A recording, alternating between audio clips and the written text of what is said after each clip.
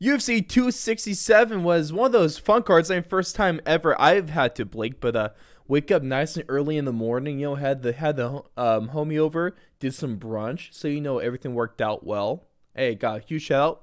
It's a big occasion when I bust out the Simply Made apple juice. It's expensive, but it's cash.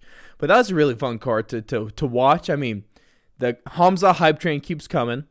The greatest striker in the UFC might have been on show in that bantamweight interim title fight, and Glover Teixeira is the oldest first-time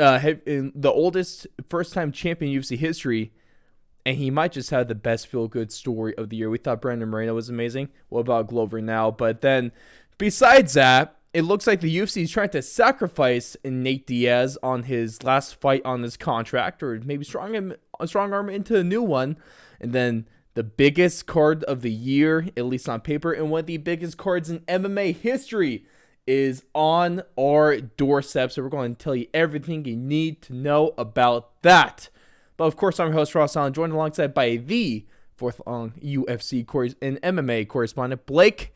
Blake, how are we feeling after especially in your Pacific Coast time? You had to get up a little earlier for this, but it's probably worth it, right? Yeah, I was a little sleep deprived, but it's sacrifices that I'm willing to make. You're a true professional, and I respect that. I mean, you definitely did not want to miss the prelims on this sucker. Ooh. Yeah, I'll be honest though, I missed the first two because alarm complications, we'll say. That's what we're going to chalk it up to. But yeah, I was up and at 'em by 8:30 and caught the rest of the card and did not disappoint. I mean, it was good action all the way up until about 2 p.m. or so, 3 p.m. Yeah. It was a real full day. And then you even have Saturday night to go do stuff. I mean, what? Honestly, I'm not complaining if they do a card at this time again. Yeah, especially since it was pay-per-view. It was a numbered event for free.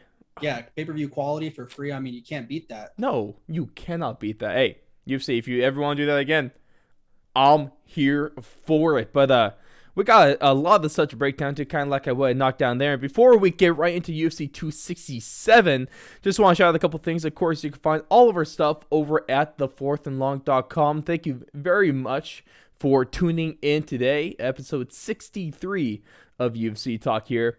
And, of course, some stuff recently dropped this week in MMA-related content. Most recent interview with undefeated fighter Chase Peel. He had his return to the octagon here about a couple weeks ago at Front Street Fights 22. Undefeated, 45-second knockout, and now he has his eyes set on lightweight gold. Great guy, great story. You want to go over and check that one out. Of course, that's at thefourthandlong.com/MMA. But Blake, also real quick before we get into things, because he'll get mad if we don't. Got to shout out the now back-to-back defending champion of the Suck My Pick title, Jaylen Johnson. So, Blake, you've joined me. Short clap.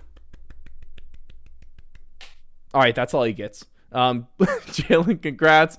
A bit of a tough one there. Me and him tied, but of course, tie goes to the champion. So, at least we have a chance to get back right to it next week, though, Blake. So, this is a good time.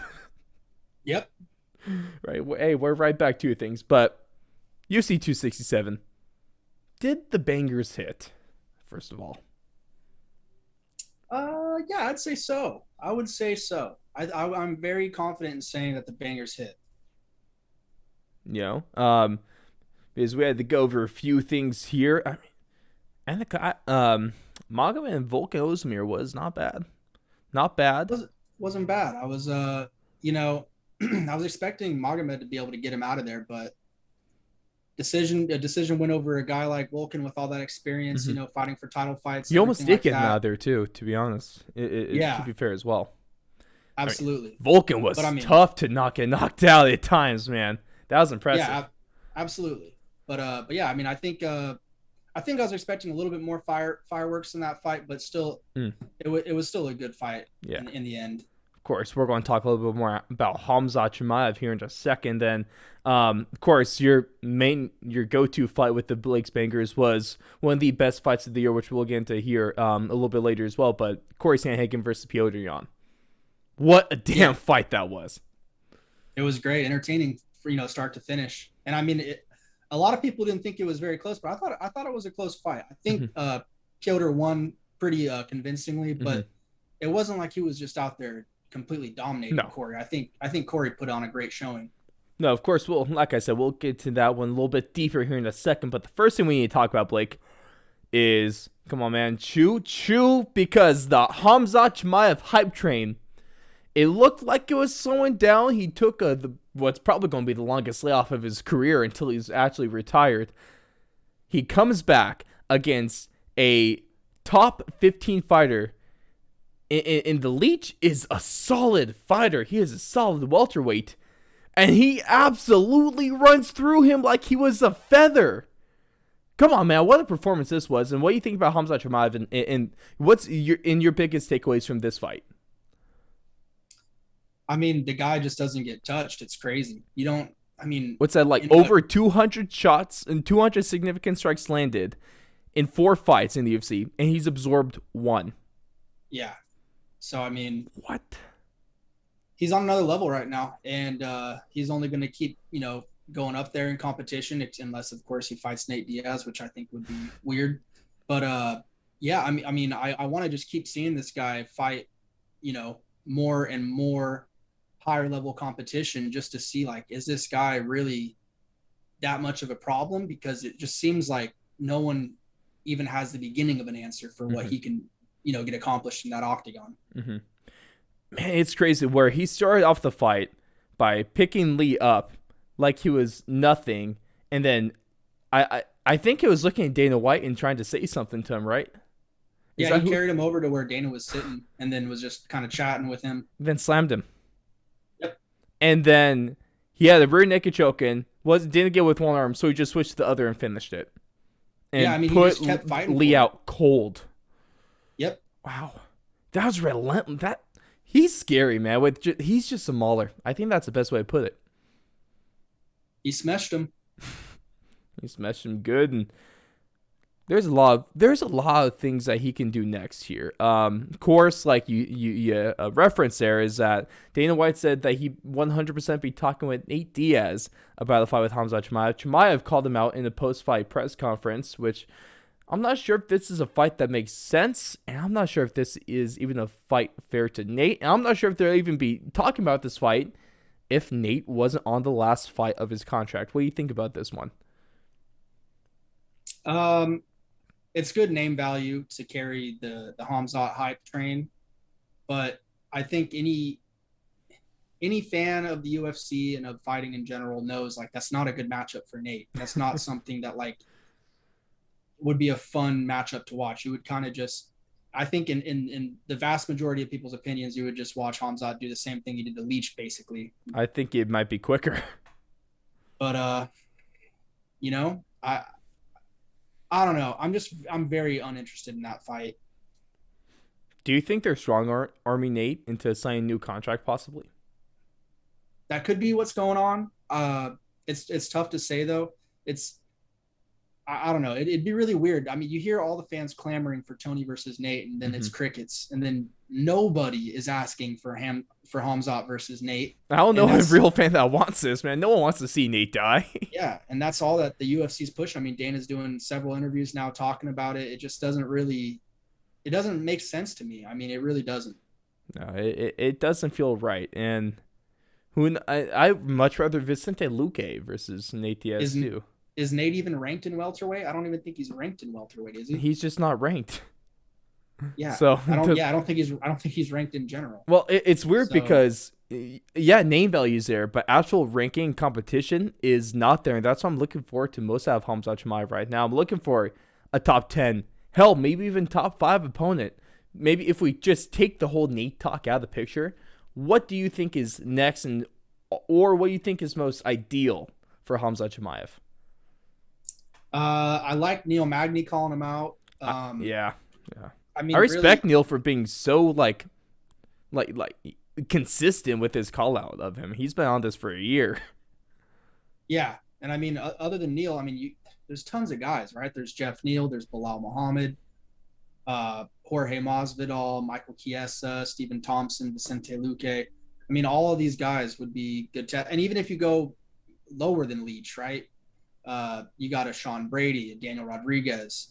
I mean, there's really good matchups in there that could really test Hamzat. Mm-hmm. And I just don't think Nate is a superstar on his own, doesn't need to be in a specific weight class. Match him up with fun opponents. Mm-hmm. Like that is your one of your cash cows. Why would you want to just feed him to another hype train that's just going to overtake him and kind of, lose a little bit of shine on Nate? Maybe it is Nate's last fight in the UFC. I don't know. Maybe he doesn't renegotiate and doesn't, re-up with the UFC and goes and fights Jake Paul. I don't know. But still, why would you want to take that chance? I'm glad you actually said it. I really want to see him slap Jake Paul now. It would be fun. But yeah, I mean, I don't know why you would pit two superstars that just really are kind of on different trajectories right now against each other. Just a fight that doesn't make sense. And there's already talks about Hamzat Chimaev possibly being better than Kamaru Usman. So, two-part question here for you. How many more fights do you think it'll take Hamzat Chimaev to get a title shot? And if so, assuming it's against Kamaru Usman, of course, and a lot of things can change at UFC 268, do you think he has a chance against one of the greatest welterweights of all time? I think, first off, I just want to say before we get your answer, I think it's insane that a guy with 4 UFC fights is already being talked about is a guy that can beat a guy like Kamaru Usman. I'm not saying if I agree with it or not, but there's people all over the MMA Twitter and the internet talking about this possibility, and some people actually take Hamzat Chimaev at this point. So, like I said, how many fights do you think it takes Hamzat to get a title shot, and can he beat Kamaru Usman at this point? I think it could be as quick as 2. I mean, really, like this next fight that he gets lined up, depending who it is, Nate, someone above Leach in the rankings. Maybe Thompson. And then after that, I think he could really go straight to a title, a title contender fight. So, I mean, really, a win and then a number 1 contender fight. Yeah, I agree. 2 fights. Yeah. If they give it, especially if they give Vicente Luque, who is the backup fighter who's going to be weighing in for the main event of UFC 268. And then to answer the second question, I still think that I need to see more from Hamzat, because we haven't seen him get tested in there at all whatsoever. He's had 1 strike landed on him. We haven't seen him get put in he's made it to the second round once.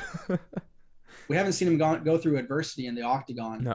So we don't know how he's going to respond to maybe a round not going his way, maybe several rounds not going his way, maybe getting knocked down. Anything could happen in there, right? And for him, it's been very one-sided. It's been, a one-way street for him. Mm-hmm. So I'd love to see a couple more fights and be able to answer that question for you a little bit more detailed, because right now there's just not enough data. We haven't seen enough from him yet. But just on the outside looking in, I think he would be a good matchup. I mean, Usman's going to have to stand and strike, so I think that would be it might be Usman having, him be on his heels compared to Usman always being, Usman and Colby always being the ones that are applying the pressure and picking up the pace.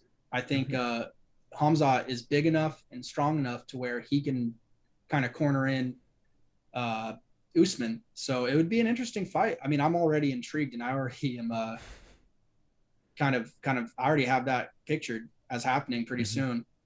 I feel guilty for even thinking about them two fighting, because it shouldn't happen. But man, we haven't seen anything like Hamzat before, really. I mean, Anderson Silva got a really quick title shot. I was going to say besides maybe Conor, but even Conor, it took him, several fights to get to that title shot. Exactly. Man, it's a lot of fun to watch, though. That's for damn sure, too. But let's move into the next fight here with Pyotr Jan versus Corey Sandhagen. Of course, Pyotr won it, was 49-46 on a couple judges and won 48-47 on one. Pretty much lost the first round, and then to at least a couple of those judges, and to a lot of people, he proceeded to win the next 4. He gets his belt back. He gets another ruby. And there's a couple things to unpack here. At first, it was a fantastic fight for both guys. For both guys, they look great. But Pyotr Jan might be the best striker / boxer in the world right now, or at least in the world of mixed martial arts. And I just want to put this out there. Not saying, once again, if I agree on it, because I think belts should be unified immediately. But this is one of the few situations where I could see, like, it probably won't happen. The chances are very low. But what if Pyotr Jan doesn't actually unify the belt with Aljo? What if he defends the interim championship with a guy like TJ Dillashaw? What do you think about that? I think that's highly, highly, highly unlikely and almost borders impossible. Yeah. Be a better fight, though. The UFC doesn't want Aljamain touching that gold anymore. No. I don't think anyone does. So that fight's going to be made January, February. It sounded like February. It was looking like February, March, around that time. And I mean, TJ, we still don't know what's up with his recovery. We don't know his timetable. I mean, for all we know, that could be another 5, 6, 7 months. It takes longer to recover when you don't have EPO in the veins. Yeah, just a little bit. Yeah, honestly, what I could see in my hypothetical world that I want to live in, Blake, we just forget about Aljamain Sterling and the undisputed bantamweight belt. Just forget about him, and you never line anyone up against him, and essentially we just keep defending the interim belt and wait for Aljo to retire, and then we promote the interim champion into the undisputed champion. I think that's best case. I think Aljamain needs to answer for his crimes. It sucks because, like, I was kind of defending Aljo. I wasn't on Team Aljo, but I was kind of defending him because, like, he got a lot of undeserved hate for, I guess, winning the belt, if you want to put in quotes, winning the belt. But for what he was saying after that fight, like, saying that it was his 2 sons fighting for the belt and talking all this crap, he's gonna die. Pyotr Jan's gonna kill him. Yeah, that's not going to be a fun night for him. But I mean, still, it's a great storyline, I think, because I want to say the majority of people are going to be rooting for Jan. Absolutely. I'll give you 95% at least. And probably most people are tuning in to watch Aljamain get his ass beat. Yeah. So, I mean, if he ends up pulling out the upset, that's going to be crazy. Oh, my. Yeah. It's going to be insane. So, I mean, the world will fall silent that night. I mean, I'm very intrigued still. I want to see that fight. I still think Aljamain was doing some good things in that fight early. Is he going to be able to sustain it over 5 rounds? We'll see if he's got the answer to that question coming up in February, hopefully. But you gotta get those guys back in the octagon though and let them settle out their differences, because, I mean, it was unfair to Aljamain for it to end that way. It was also unfair for Pyotr to kind of have it taken away from him when he was dominating. So yeah, they gotta settle that. That's like the number 1 bantamweight fight right now. And then after that, TJ comes into play. All those other guys come into play, and it's going to be just bananas. What a freaking division that is, man. And then I guess we just got to wait for Sugar Sean to eventually, your boy Sugar Sean, to climb the ranks and be able to get his ass into a title picture to make it even that much more insane. But if we switch sides to the loser of this fight, Corey Sandhagen, he has now had a few losses. The 3 of his last 3 losses have been, I wouldn't say a fluke, but it was a fight where he got caught early on the ground and got submitted by Aljamain Sterling.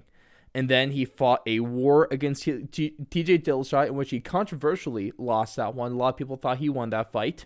And now he fights if you go off of the couple judges, yeah, Pyotr Jan might have won 4 rounds to 1.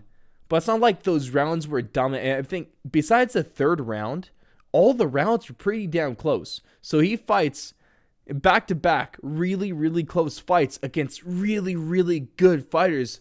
TJ Dillashaw, arguably the greatest bantamweight of all time. Pyotr Jan, looking like he's going to put his name up there for one of, if not the greatest bantamweight of all time. Those aren't bad losses.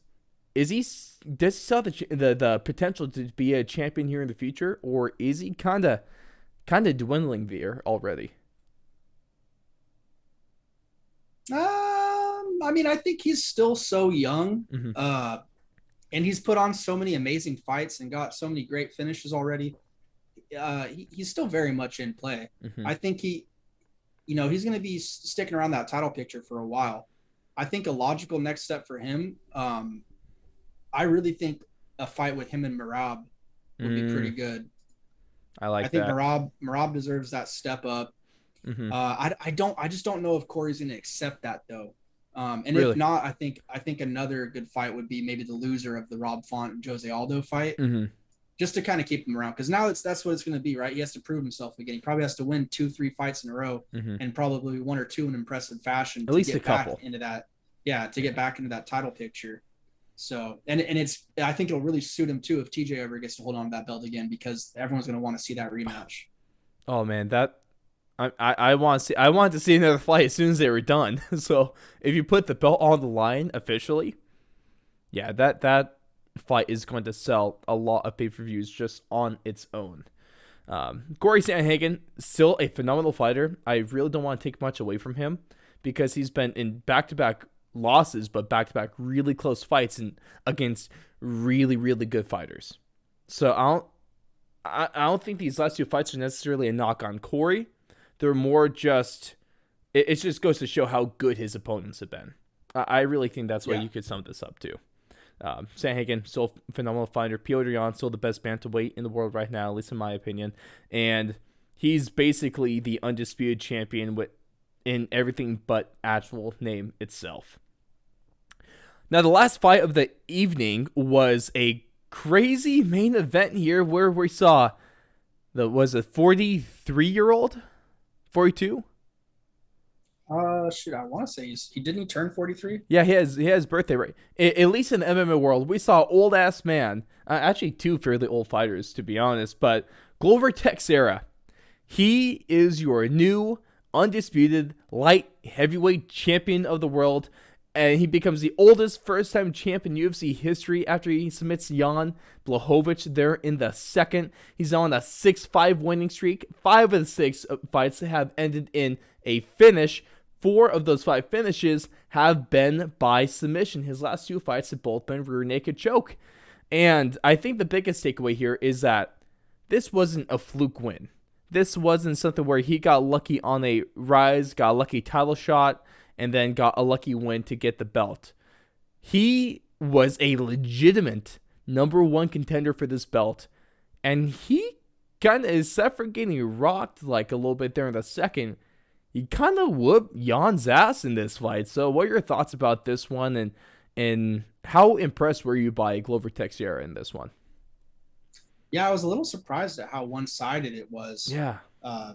But I mean, Teixeira, he proved he was ready. He has he's so well-rounded. He's not just a striker. He's not just a grappler. But he's also so good on the ground, man. He's so good. The way that we saw Jan holding down Adesanya, that their last fight, it's kind of crazy to see the roles reversed almost, where Glover, I mean, for most of the first round, I want to say he was on top and just kind of beaten away. For like 4 minutes at least. Yeah. So, I mean, I think the main part is just, it was surprising to me just how one-sided that whole fight was. It was eerily similar, at least that second round was eerily similar to what we saw with his fight before this against Thiago Santos. Of course, throw it back to that one. It went 2 rounds. He ended up getting a rear naked choke in the second. And so both times, Thiago Santos rocked and knocked down Glover in the first round.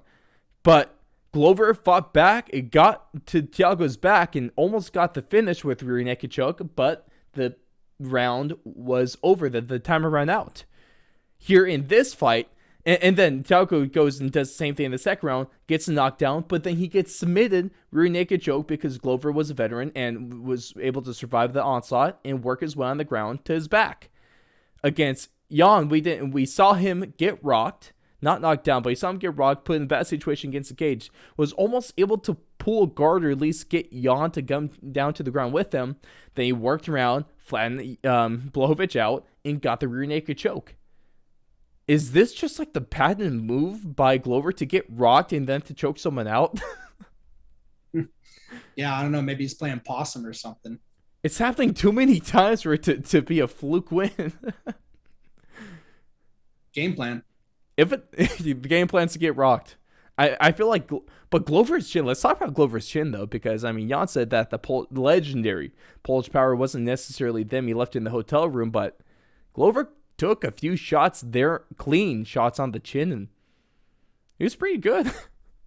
Yep, he held up. It's that old man strength, right? It's got to be that grandpa strength.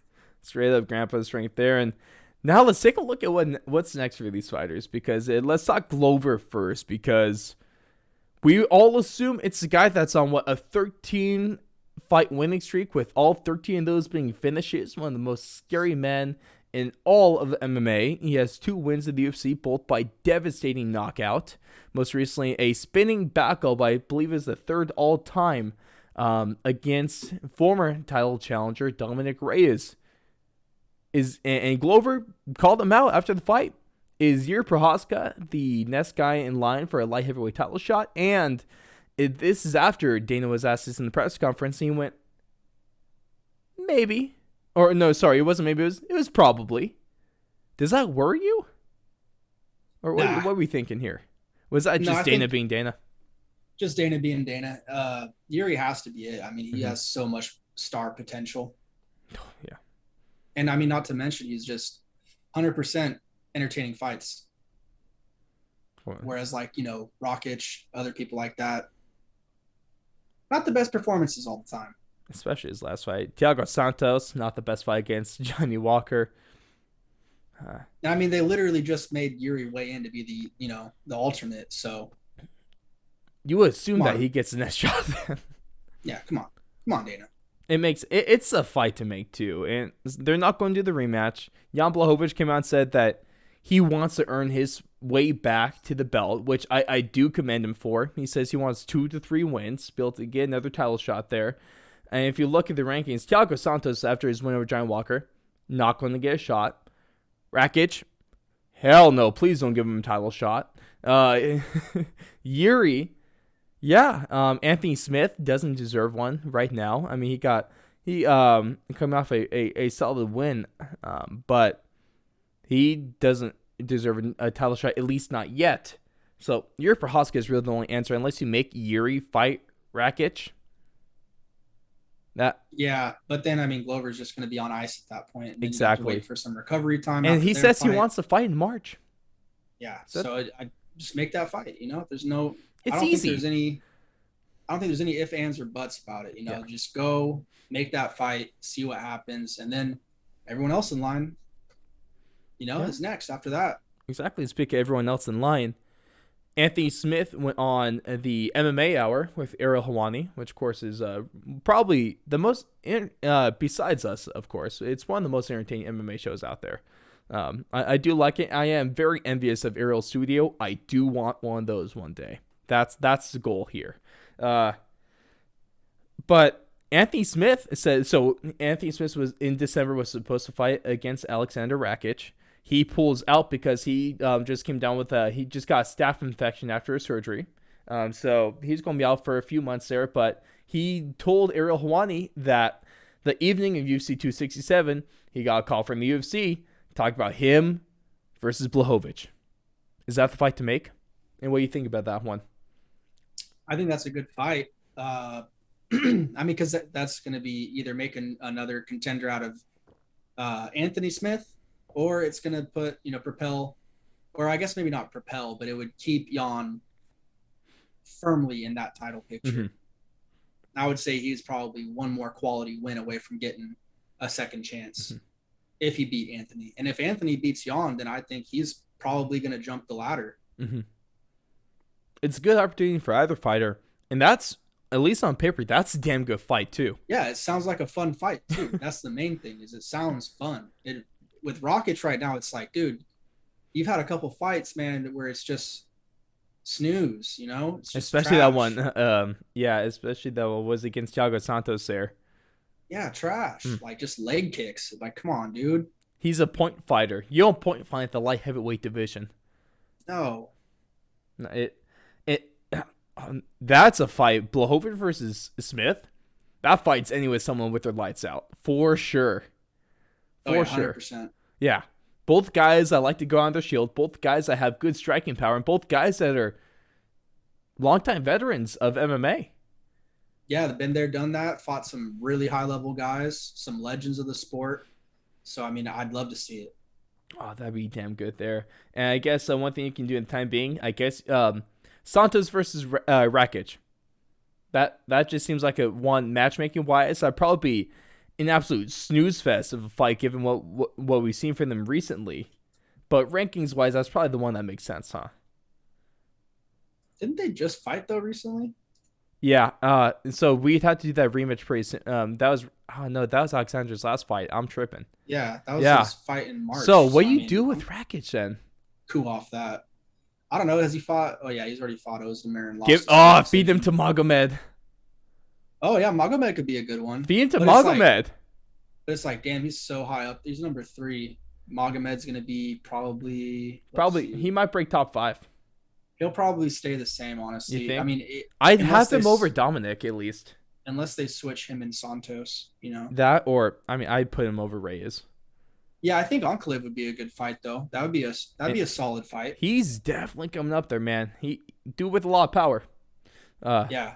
I would like that, and that's probably a fight where he beats Rakic as well. And he gets so here are my thoughts. You can do Smith versus so for the title, next you do Prohaska versus Teixeira. Okay. So that's for the belt. Then you in the number 1 contenders fight, you'll have that between the winner of Smith versus Blachowicz and Rakic versus Magomed. That sounds pretty solid to me. Pretty solid, right? It's hard to complain that whoever wins those 2 fights has a really good claim at the belt. Yeah, without a doubt. That'll build a good number 1 contender. Hey, Sean Shelby, man, call me up. Let's do it. Hey, it's worth a shot. Get this man an intern contract. Ooh, I'll take an internship real quick, man. Just give me some like free UFC shirts, man. They look nice. Also, give me some tickets. Me and my boy Blake some tickets to the Apex. We'll be good. Some VIPs, you know, cage side. Next to Dana. I just want to be in the range to give Dana a fist bump. No, why? The real seats are the ones I want to be in range to get blood on me. Just put me next to Hasbulla. If it makes you feel better, you're almost the same height. I tower over him. Barely. By like a couple inches, right? Yeah, a few feet, I would say. Few feet. Uh-huh. Under 6 foot. Your opinion doesn't matter. You know, this country was built by men that were under 6 feet, so I think you should tread carefully with your words. Oh boy, fair enough. But those are our thoughts there on UFC 267. Let us know everything that you think about that card, how good it was, and who should be in these next title fights, and how far away is Khamzat from a title shot? Let us know, of course, over on our socials, which you can find us over at Twitter and Instagram. Twitter is at Fourth Long Radio, Instagram at Fourth Long Radio. You can, of course, find all of our links and everything about the show over at thefourthandlong.com. All MMA content is at thefourthandlong.com/MMA. And Blake, we got a new segment. I want to introduce before we get to UFC 268 in our card preview there. And this segment is going to be called What the Blank. And of course, because, I think it's a pretty good one here. Because, I mean, at least for you, Blake, sometimes almost got to bring out the censor beat, but, I'm too lazy in my editing to do so we just let it roll. But brand new segment, of course. Once we're done with this, let us know what you think, like I just recently said, over on our socials or in the YouTube comments on this one. But essentially, today I have 4 statements, and there's going to be a blank either in the middle, the beginning, or the end, and Blake is going to respond to that. Of course, you can drop all your responses over to us as well. But Blake, first one I got for you today is Dana White will be blank to book Nate versus Khamzat Chimaev. I'd have to go absurd, probably. Absurd. Dana White will be absurd to book Nate versus Khamzat Chimaev. Of course, we talked about this one a little bit earlier in the show with how stupid it was. Just chances of this happening. If you could just throw a arbitrary percentage, what do you think it is? Like of it happening, or like of Nate fighting Khamzat? I mean, since the UFC is talking about it, I think it's pretty 50-50 right now in terms of it being offered to him. I mean, in fact, it might have already been offered to him. They might have already sent him the, bout agreement. But chances it gets made, I'd say maybe 30-ish%. Because Nate's a G. You never know what's going on in that guy's head. So he could get it in his mind like, hey, F everybody, I'm going to go beat this guy's ass. That's such a Nate thing to do, man. Yeah. So, and that's the reason why I think most people love him. So I guess we'll see, He's sort of been the guy to say no to fights, but if he says no to Hamzat and opposed to another fight, I wouldn't necessarily blame him there. Statement number 2. The second best bantamweight fighter in the world is blank. TJ Dillashaw. I think he proved that in his last fight with Corey Sandhagen, and then Sandhagen kind of, he didn't do enough to show me that he is the true number 2 against Jan, especially because I know MMA math doesn't work, but Aljamain's beat him already. So there's a couple chinks in his armor, right? Mm-hmm. Whereas TJ, I mean, he passes almost every test with pretty close to flying colors. So besides actual drug tests. True. Probably should have used a different. Hey, you're right. You should use a different analogy there. And it's Covington Fight Week, so we got the CEO of EPO. Still one of my favorite nicknames of all time, except he came up with one for Hamza Chimaev. I'm not sure if I could say it here, but it's a pretty good one. Who came up with it? TJ did? No, that was Colby. Okay. Colby. Yeah. Colby, I swear for it. Colby Covington comes up with the best nicknames. There's no doubt. Is it Colby, though, or is it his team? It's probably Colby, to be honest. I mean, that one, the one he gave Hamzat today, I almost called him cum shot. The one he gave him today isn't very hard to think of. So, I mean. Yeah. But, Marty Fake Newsman, the CEO of EPO, and I know he has a bunch of other. He has so many nicknames for fighters. Like, I know there's a tweet. Tyquil. There is someone I wish I had the bookmark that tweet, but there is one with all of them. But you have TJ Yan over Pyotr, or TJ Dillashaw versus Pyotr Yan. Hopefully we get that fight soon. We just need Pyotr to murder Aljo and then have TJ fight, Pyotr Yan there. I think it's that simple, right? Yeah. That's just a damn good fight there. And it'll make me root for Pyotr Yan that much more because I hate TJ. Third statement of the show here, what we're going to do is the current best ref in MMA is blank. Jason Herzog. Oh, I like that.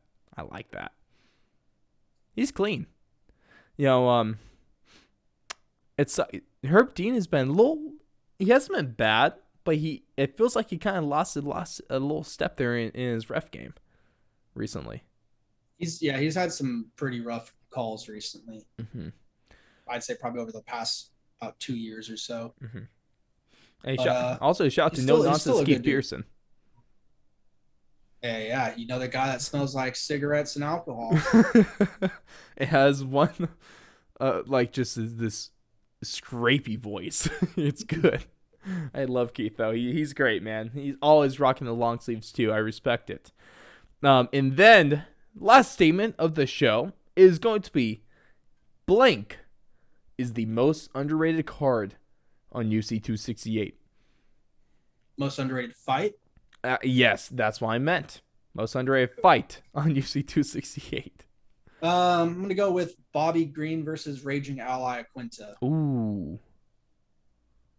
I don't think anyone's talking about that fight. I haven't seen one person talk about that fight this whole week. I think you're right. I haven't seen that either. I've seen a couple of things from Bobby Green. But it's kind of hard. Sometimes you forget Al's even fighting on this card, but then you get the feeling out of nowhere on Monday that I should buy a house. I think that just has to do with Ally and Quinta being in the air. Maybe. Just that good. Get you a good deal. I bet you give me a really good deal. It's not like he's new to fighting at Madison Square Garden as well. Remember his fight, was it 3 years ago now in UFC 205? Was it? Against Habib. Yeah. Was it 3? It was like 2018, I want to say, right? Yeah. Was that the fight before Connor? Yeah, I'm getting my UFC timelines messed all the way up. Yeah, it had to have been because that was for the belt, right? Yeah. Yeah, because he filled in. Because Conor McGregor injured someone on the bus. That whole fun incident, man. Alan Quinta. No, well, yeah, because I guess Chiesa was going to step in, huh? Yeah. And then he couldn't. And then what's his name already pulled out earlier that week. And then Max Holloway was supposed to replace him, and he got kicked out. Because the commission wouldn't let Holloway fight, right? Tony Ferguson tripped over. That was when he tripped over the TV wire. Right? Yeah. The camera wire, whatever happened. Yeah. And then Max came in, couldn't fight. It was basically between, and I can't remember all the lightweights that were on that card. But what a shit show that whole thing was. And then Rose end up getting out of her fight too? I can't remember if she ended up fighting. I think she did. Yeah. That's such a weird card. I think, we're going on a tangent here, but moving past that, but you say it is Alan Quinta versus Bobby Green, and I love that. But that's going to do it for What the Blank here on this episode. Well, it'll be a recurring thing. Wait for it next week or in the next UFC talk, and it'll be on our NFL shows as well. Everyone that I do with Alex, it will be on that one, so keep an eye out. Of course, all NFL shows drop Wednesdays at 7 a.m. Mountain Time. Would be 9 a.m. Eastern Time for all of you. But Blake, let's get to the last little bit of this show and take a look at least on paper. I think this is probably the most stacked card I've ever seen, without a doubt. 2 title fights. You got Frankie, Edgar, and Marlon Vera, which is fantastic. You got Gaethje versus Chandler, which is now kicking off the card, which makes sense because for Trevor Whitman, trying to corner 3 straight fights, probably not the easiest thing to do, But talking about Trevor Whitman, he has 3 fighters. 2 of them are the defending champions for this card. What a job that guy's done. Yes, he's doing well. Doing damn good. But before we get to the Blake's Bangers and our predictions, just want to take a look at some of the stuff here because, man, there's some damn good fights. Like you mentioned, Alan Quinta and Bobby Green. Got Phil Hawes on this one. And then even the early prelims have a couple of solid fights. And you got Dustin Jacoby, you got Ode Osborne coming on here. And then one of my underrated fights here is Shane Burgos versus Billy Q, man. That's a good fight. That's a really, really good fight. So I think, Blake, without further ado, give us the bangers for one of, at least on paper, one of the greatest cards we'll ever see. All right, let's get to it. So I think big Blake's bangers for you this week, man. Big one for you. Yeah, it's no problem though. So we're gonna go Alan Quinta, Bobby Green, Justin Gaethje, Michael Chandler, easy. Shane Burgos, Billy Quarantillo. Love it. Nice and simple, right? Nice and simple. I don't think you can go wrong with those picks. You especially can't go wrong with Gaethje versus Chandler. That's gonna be a banger. What certified banger? Speaking of certified banger, go on over to thefourthandlong.com/apparel to go ahead and get one of your clothing options, whether it be a hoodie or a tri-blend t-shirt from the MMA merch, which is the certified banger collection. Sorry, Blake, I cut you off, but I got the plug. You feel me? No, do your thing, bro. I love the bangers. Do you think Gaethje versus Chandler is probably the best one here? Like out of the bangers or out of the whole card? Out of the bangers. Hell, even out of the whole card. I think so. That's the fight that I think every really hardcore and casual UFC fan has been looking forward to now for several months, even before it was officially announced. Like that's what everyone's been salivating at the mouth for this matchup because they just know both of these guys, the kind of fighters they are, the kind of heart that they've displayed in that octagon, and the warrior mentality that they both have, even in the short amount of time that we've witnessed Michael competing in the UFC octagon. I mean, how could you not be fired up for this fight? Right. You just know it's going to be two gladiators going out there and just trying to take each other's heads off. It's going to be a really good fight, but I almost hate it because I really don't want either guy to lose. One of these guys is going to end up with permanent brain damage. And man, I love either guy. Justin Gaethje's a really fun guy to root for. Michael Chandler is such a nice and respectful person, and he's a really damn good fighter. And so it's a tough one, man. It really is a tough one. But let's so Blake's bangers, of course, Ally, Quinta, Bobby Green, Gaethje and Chandler, and then Burgos and Quarantillo. And let's get to of course, we're going to have our full prelims and main card predictions that drops on Saturday. Of course, you can see that full thing from us, from Blake, I, and Jaylen. But a few fights that we're going to give our predictions here and now, Blake, is going to be Gaethje and Chandler. And then the two title fights between Rose and Weili and Colby and Kamaru. So, starting on first is Justin Gaethje, Michael Chandler. Prediction for this one. I'm going Gaethje getting the dub. KO, I'm assuming. I would probably have to go with the TKO. Probably like third round. Third round. I'll go. It's fights like this where you don't expect to make out of the first, but those fights always make out of the first, is what it seems like. I'll go second round, Gaethje knockout. Tough one, though. I would not be surprised if Chandler is able to catch Gaethje. DC's he did a little Ask Me Anything on Twitter. I believe it was on Wednesday here, and someone asked, "How are you going to stop the leg kicks?" And to at least it is kind of paraphrasing there. And he said, "I'll eat them." It's a pretty solid response. That's a good strategy. Yeah, he does have huge quads. Yeah, but you don't want those getting on the calf. Those Gaethje legs. We've seen what Gaethje's legs. I mean, we saw against Tony Ferguson. Oh. I mean, we've seen it in multiple fights, not even just Tony Ferguson. I think that's just the most noble one.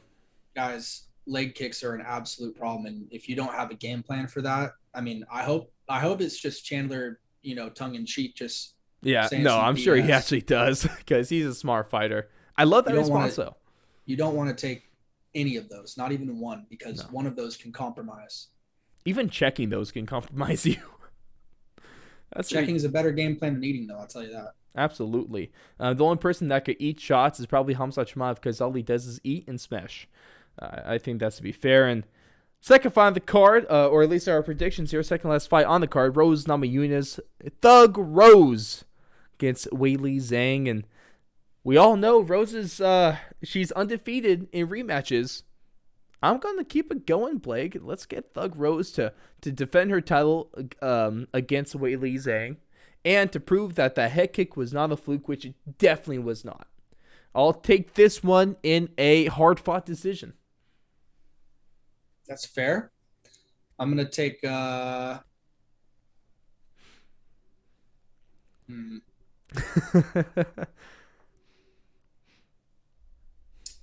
think I'm going to have to go with Rose, too, because I just don't like the way that Weili's acting about her loss. I think she's still holding on to it. It's crazy. Yeah. Well, and it's not only that, but she's making every excuse that is possible to make. She's not owning it, she's not owning it herself. You're the one that was ultimately in there. All the outside noise shouldn't matter. It doesn't matter if someone's booing you or cheering you. You got to perform when you're when you're locked in that cage. And Rose Namajunas has been in that position several times now. She's beaten some of the scariest girls on the planet. It's hard not to trust her. Come on, you're a title challenger, and you're going to say you get thrown off by people booing you? Yeah. It's trash. Kind of whack. I don't think you'll let that happen. That's not Champ Mind's mentality right there. Now, the last fight on the card is probably one of the biggest. It's probably the biggest rivalry in the sport right now, especially with the trash talk. I cannot wait for the press conference. Kamaru Usman against Colby Chaos Covington. It was Chaos versus the Nigerian Nightmare, which is a fairly solid matchup in terms of nicknames here.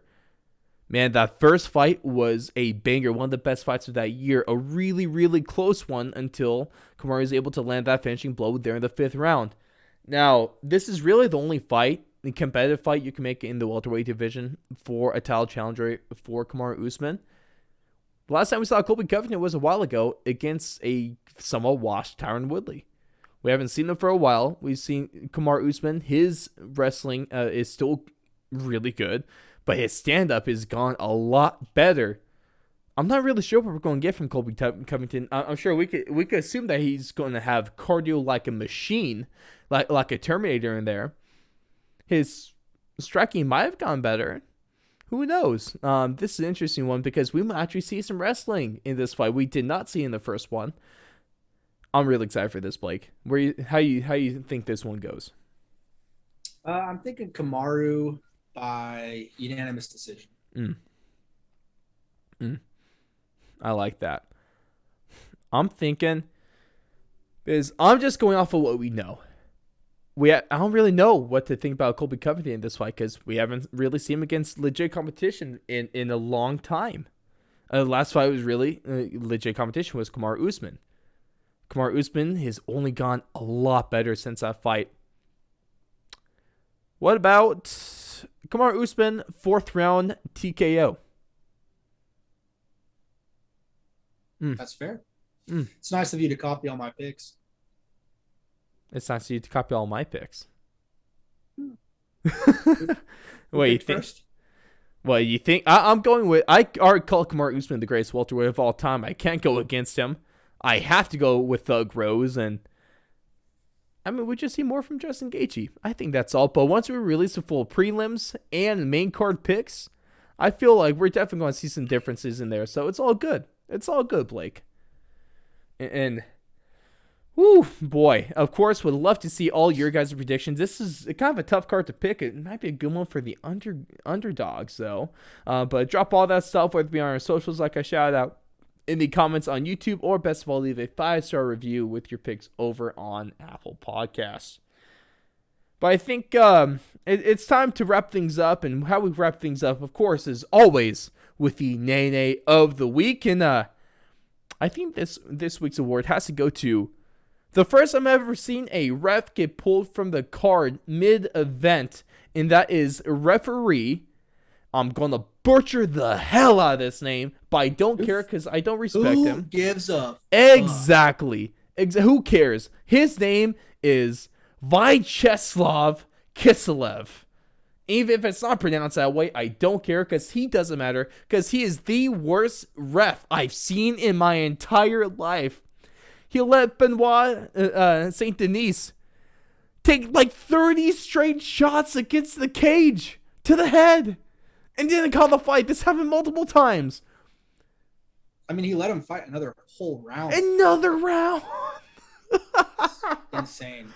I couldn't believe they let him go to the next round. Hey, I gotta say that they send that Benoit there is. I mean, we learned from John Anik, the professional he is, a French special forces fighter, so a legitimate tough guy and badass. Proved that he was a legitimate tough guy. He didn't even get knocked down. This dude just ate those. So I gotta give a lot of respect to him because that's a badass move. First of all. I give him a lot of credit for that because most guys would have died. But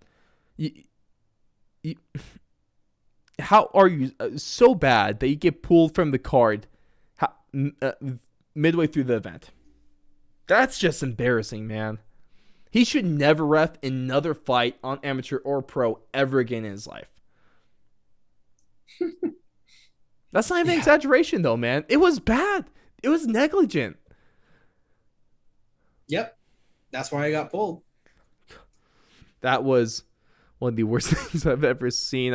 Man, we saw it was Dan Hardy getting mad against Herb Dean last year. I want to see Dan Hardy on commentary watching this. I think he would have gone. He would have been in that ring. You're right. He would have jumped the cage. Oh man, what a shit show that was. I could not believe my eyes, but easily. Name of the week goes to the ref that gets pulled mid-event because he's that damn bad. But ladies and gentlemen, thank you so much for tuning in to episode 63 of UFC Talk. It's been, oh man, what 2 weeks. what 2 weeks this is. We get a really good UFC 267 card for free. I mean, we had to pay for ESPN Plus, but that's besides the point. And then we get a absolutely ridiculously stacked UFC 268. Then this is all winding down to UFC 269. That's also another really damn good card. So it's a really great time of the year. I mean, we're getting early Christmas, and I am all here for it. But of course, gotta shout out a couple things before we wrap things up here. Of course, like I mentioned earlier, undefeated MMA fighter Chase Peel joined us this week. Talked about his fight and his return to the octagon circle. I guess you call it squared circle, the boxing ring. I don't know. He returned to the cage there at Front Street Fights 22 in Boise, Idaho. A couple weeks ago, got a 45-second knockout. And now he has his eyes set on lightweight gold. Great guy, great story, great fighter. You're not going to want to miss that one. Go on over to thefourthandlong.com/MMA. And kind of why I shout out mid-show as well. Of course, you can go on over to thefourthandlong.com/apparel to purchase and help fund the show. And at the same time, get a really nice piece of clothing by getting something from the Certified Banger collection, whether it be a hoodie, a fleece hoodie, which are comfortable. I'm wearing the original fleece hoodie right now, and the tri-blend cotton t-shirt of the Certified Banger. Fantastic stuff there. And if you can guess who the silhouette is on the back of the shirt, I will give you $5 off of your purchase as well. I'll make that a promise. You DM us, I'll be able to get you a code for that. That's the promise I'll be making for you guys. And huge shout out to our Patreon supporters. Of course, if you want to support the show, you can go on over to the patreon.com/fourthandlong to get started today. Just starting at $1 a month. Got tiers of 5 and 10 plus. And of course, each tier gets you more discounts, more content, more early access, and a bunch of other goodies. So go on over and check that one out. But Blake, there's my plugging. Let's cap this thing. Give us your thoughts on UFC 267 in one word or phrase. Come on, you should prep yourself. This is every time. Early. Yeah, fair enough. Was it like 7:30 start time for you, right? They're the Pacific. Yeah, 7:30 a.m. We got a taste of what it's like, what life is like over in the UK and the other side of the world, I guess you could say. Yeah. The Atlantic. I don't like it. I'm glad I'm not them. Ladies and gentlemen, thank you so much for tuning in this week. We can't wait to see all of you in the next one. Go out, enjoy UFC 268. Make sure to follow us on all of our platforms. And we'll see you after possibly a new champion is crowned. Have a good one, everyone.